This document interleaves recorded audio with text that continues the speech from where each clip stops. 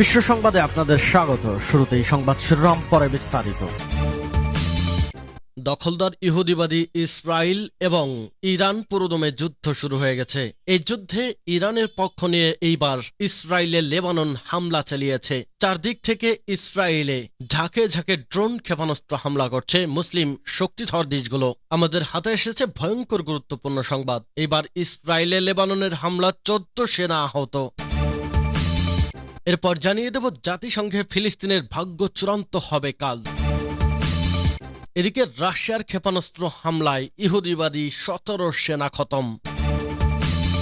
জানিয়ে দেব ইসরায়েলের পক্ষ নিয়ে ইরানের উপর নতুন নিষেধাজ্ঞার সিদ্ধান্ত ইইউর। এরপরে জানাবো কোন কৌশলে ইসরায়েলকে রক্ষা করবে যুক্তরাষ্ট্র। এবং সর্বশেষ জানিয়ে দেব ইসরায়েলের যে কোনো হামলা মোকাবেলায় প্রস্তুত রয়েছে ইরান। এতক্ষণ শুনছিলেন সংবাদ শিরোনাম, এখন বিস্তারিত। অনুরোধ থাকবে ভিডিওটিতে একটি লাইক দিন, কমেন্টস করে জানিয়ে দিন আপনি কোন জেলা থেকে বা কোথা থেকে এই সংবাদটি শুনছেন। ভিউয়ার্স, আজকে সংবাদের সব থেকে গুরুত্বপূর্ণ বিষয় হচ্ছে দখলদার ইহুদিবাদী ইসরায়েলকে পুরোপুরি ধূলিসাৎ করে দেওয়ার জন্য ইরানের সাথে সমর্থন জানিয়ে এবার ইসরায়েলে হামলা চালিয়েছে লেবানন। আর রক্ষা নাই দখলদার ইহুদিবাদী ইসরায়েলের। মুসলিম শক্তিধর দেশগুলো ক্ষেপে গিয়েছে। ফিলিস্তিনকে স্বাধীন করতে হবে দ্রুত, ধ্বংসস্তূপে পরিণত হবে দখলদার ইহুদিবাদী ইসরায়েল। মার্কিন যুক্তরাষ্ট্রের অবৈধ সন্তান ইসরায়েল মুসলিমদের শক্তি পরীক্ষা করার জন্য যুদ্ধ শুরু করেছিল, কিন্তু এই যুদ্ধে পুরোপুরি ধ্বংস হয়ে তবেই থামবে ইসরায়েল। এবার ইসরায়েলে লেবাননের হামলা 14 সেনা আহত। পাল্টাপাল্টি হামলা ঘিরে ইরানের সঙ্গে উত্তেজনার মধ্যে ইসরায়েলে ড্রোন হামলা করেছে লেবাননের শক্তিশালী সশস্ত্র গোষ্ঠী হিজবুল্লাহ। তাদের হামলায় ইসরায়েলের 14 সেনা সদস্য এবং 4 নাগরিক আহত হয়েছে। টাইমস অফ ইসরায়েলের প্রতিবেদন অনুযায়ী বুধবার লেবানন থেকে ছোড়া একটি বিস্ফোরকবাহী ড্রোন আরব আল আরামশের শহরে একটি কমিউনিটি সেন্টারে আঘাত হানলে 14 জন সেনা এবং 4 জন বেসামরিক ব্যক্তি আহত হয়েছে। ইসরায়েলি চিকিৎসক ও সামরিক বাহিনী এ তথ্য জানিয়েছে। আহত ব্যক্তিদের স্থানীয় নাহারিয়ার গ্যালিলি মেডিকেল সেন্টারে নিয়ে যাওয়া হয়েছে। তাদের মধ্যে একজনের অবস্থা আশঙ্কাজনক, অন্য 4 জন গুরুতর আহত হয়েছে। ইসরায়েলের প্রতিরক্ষা বাহিনী বলছে আহতদের মধ্যে 14 জন সেনা রয়েছে। তাদের মধ্যে 5 জনের অবস্থা গুরুতর, তবে 4 বেসামরিক নাগরিকের সবাই সামান্য আহত হয়েছে। ইতোমধ্যে এই হামলার দায় স্বীকার করে হিজবুল্লাহ বলেছে গাইডেড ক্ষেপণাস্ত্র ও বিস্ফোরক বোঝাই ড্রোন দিয়ে ইসরায়েলি সামরিক বাহিনীর ব্যবহৃত একটি ভবনকে লক্ষ্যবস্তু করেছে তারা। একদিন আগে দক্ষিণ লেবাননে ইসরায়েলি হামলায় 2 কমান্ডার সহ 3 সদস্য নিহত হওয়ার জবাবে এই হামলা চালানো হয়েছে বলে জানিয়েছে ইরানপন্থী এই গোষ্ঠীটি। গত অক্টোবরে গাজা যুদ্ধ শুরুর পর থেকে ইসরায়েল লেবানন সীমান্তে হিজবুল্লাহ ও ইসরায়েলি সেনাদের মধ্যে প্রতিদিন পাল্টাপাল্টি হামলার ঘটনা ঘটছে। গাজায় ইসরায়েলের নির্বিচার হামলার প্রতিবাদ এবং হামাসকে সমর্থনের অংশ হিসাবে এসব হামলা করা হচ্ছে বলে জানিয়েছে হিজবুল্লাহ। এদিকে পাল্টাপাল্টি হামলা ঘিরে ইরান ও ইসরায়েলের মধ্যে বর্তমানে চরম উত্তেজনা বিরাজ করছে। যে কোনো মুহূর্তে মধ্যপ্রাচ্যের এই 2 শক্তিধর দেশের মধ্যে যুদ্ধ পর্যন্ত বেঁধে যেতে পারে বলে আশঙ্কা প্রকাশ করছে বিশ্লেষকেরা। গত শনিবার রাতে গাজা যুদ্ধ শুরুর পর প্রথমবারের মতো ইসরায়েলের নজিরবিহীন হামলা চালায় ইরান। মূলত চলতি মাসের শুরুর দিকে সিরিয়ার রাজধানী দামেস্কে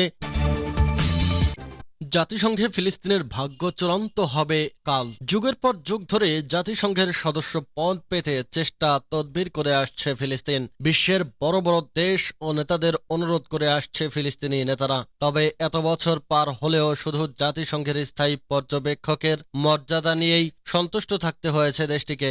বছরের পর বছর ধরে বৈশ্বিক সংস্থাটির নিরাপত্তা পরিষদে আটকে আছে ফিলিস্তিনের পূর্ণ সদস্য পদের আবেদন। তবে আগামীকাল শুক্রবার পূর্ণ সদস্য পদ পাওয়ার জন্য ফিলিস্তিনের আবেদনের ওপর জাতিসংঘের নিরাপত্তা পরিষদে ভোট হবে। এই ভোটাভুটিতে ফিলিস্তিনিদের আবেদনের প্রস্তাব পাশ হলে জাতিসংঘের সদস্য পদের পাশাপাশি কার্যত বিশ্বের মানচিত্রে স্বাধীন দেশ হিসেবে আত্মপ্রকাশ ঘটবে ফিলিস্তিনের। তবে কূটনীতিকেরা বলছে এমন এমনটা কখনো হতে দেবে না ইসরায়েলের প্রধান মিত্র যুক্তরাষ্ট্র। তাই এই প্রস্তাব আটকে দেবে বিশ্ব সংস্থাটির স্থায়ী সদস্য ওয়াশিংটন। রয়টার্সের প্রতিবেদন অনুযায়ী শুক্রবার স্থায়ী সময় বিকেলে ফিলিস্তিনের আবেদন নিয়ে একটি খসড়া প্রস্তাবের ওপর 15 সদস্য বিশিষ্ট নিরাপত্তা পরিষদে ভোট হবে। খসড়া প্রস্তাবে 193 সদস্য বিশিষ্ট জাতিসংঘের সাধারণ পরিষদকে ফিলিস্তিন রাষ্ট্রকে জাতিসংঘের সদস্য পদ দেওয়ার কথা বলা হয়েছে। নিরাপত্তা পরিষদে কোনো প্রস্তাব পাশ হতে হলে প্রস্তাবের পক্ষে কমপক্ষে 9টি ভোটের প্রয়োজন হয়। একই সঙ্গে স্থায়ী 5 সদস্য দেশ যুক্তরাষ্ট্র, ব্রিটেন, ফ্রান্স, রাশিয়া এবং চীন ভেটো প্রদান থেকে বিরত থাকতে হবে। এদের কেউ ভেটো দিলে সেই প্রস্তাব আর পাশ হবে না। কূটনীতিকরা বলছে এবারের প্রস্তাবে পরিষদের 13টি সদস্য দেশ পক্ষে ভোট দেবে, তাই প্রস্তাব আটকে দিতে যুক্তরাষ্ট্র তার ভেটো ক্ষমতা প্রয়োগ করবে। গত 6 মাস ধরে গাজার যুদ্ধ চলছে। ইসরায়েলি হামলায় সেখানে প্রায় 34,000-এর বেশি ফিলিস্তিনি নিহত হয়েছে। অন্যদিকে হামাসের হামলায় 1200 ইসরায়েলি নিহত হয়েছে বলে ইসরায়েলি কর্তৃপক্ষ জানিয়েছে। ফিলিস্তিন ইসরায়েল সংঘাত নিরসনে এই যুদ্ধের মধ্যে আরও একটি দ্বিরাষ্ট্র সমাধানের বিষয়টি আলোচনায় আসছে। রাষ্ট্রীয় সমাধানের মূল কথা হলো ইসরায়েল ও ফিলিস্তিন নামে 2 স্বাধীন রাষ্ট্রের পাশাপাশি অবস্থান করবে। দ্বিরাষ্ট্রীয় সমাধানের সমর্থক হলেও যুক্তরাষ্ট্রের দাবি স্বাধীন ফিলিস্তিন রাষ্ট্র প্রতিষ্ঠার বিষয়টি সংশ্লিষ্ট পক্ষের মাধ্যমে সরাসরি আলোচনার মধ্যেই হওয়া উচিত। এটি নিয়ে জাতিসংঘের কিছু করা ঠিক হবে না। রাশিয়ার ক্ষেপণাস্ত্র হামলায় ইউক্রেনে নিহত 17। ইউক্রেনের উত্তরাঞ্চলীয় চেরনিহিভ শহরে রুশ বাহিনীর ক্ষেপণাস্ত্র হামলায় অন্তত 17 জন নিহত হয়েছে। এতে আহত হয়েছে আরও অর্ধশতাধিক মানুষ। এই হামলায় হতাহতের ঘটনা ঘটে, খবর বিবিসির। প্রতিবেদনে বলা হয়েছে ইউক্রেনের উত্তরাঞ্চলে চেরনিহিভ শহরে রাশিয়ার ক্ষেপণাস্ত্র হামলায় 17 জন নিহত হয়েছে বলে জরুরি সেবা জানিয়েছে।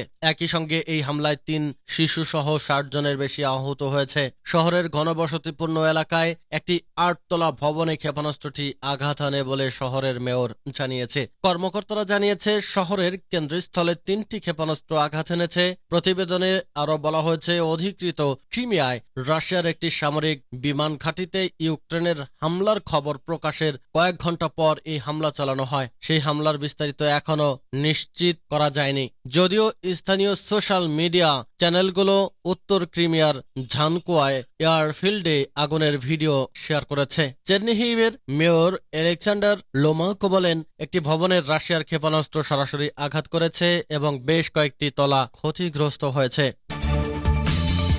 ইসরায়েলের পক্ষ নিয়ে ইরানের উপর নতুন নিষেধাজ্ঞার সিদ্ধান্ত ইইউর। ইউরোপীয় ইউনিয়ন ইইউ নেতারা ইরানের উপর নতুন করে নিষেধাজ্ঞা দেওয়ার সিদ্ধান্ত নিয়েছে। মধ্যপ্রাচ্যে বিস্তৃত পরিসরে ছড়িয়ে পড়তে বসা সংঘাতের লাগাম টানতে এমন সিদ্ধান্ত নেওয়া হয়েছে বলে দাবি করেন তারা। কোন কৌশলে ইসরায়েলকে রক্ষা করবে যুক্তরাষ্ট্র? সিরিয়ায় ইরানি কনসুলেটে হামলা চালিয়ে বাঘের লেজ দিয়ে কান চুলকানোর মতো কাণ্ডই ঘটিয়েছে ইসরায়েল। তেহরানও পাল্টা প্রতিশোধ নিতে খুব একটা দেরি করেনি। ইসরায়েলের 3 শতাধিক উড়ন্ত অস্ত্র নিক্ষেপ করে বিশেষ বার্তা দিয়েছে আয়াতুল্লাহ আলী খামেনির দেশ।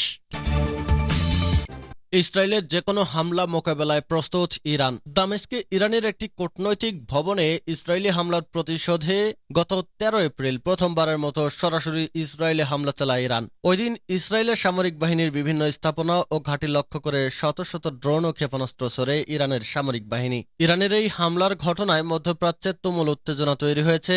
ইসরায়েল বলছে তারা ইরানে পাল্টা হামলা চালাবে, তবে ইরান ঘোষণা দিয়েছে ইসরায়েলের পাল্টা হামলা মোকাবেলায় প্রস্তুত রয়েছে মুসলিম শক্তিধর দেশ ইরান।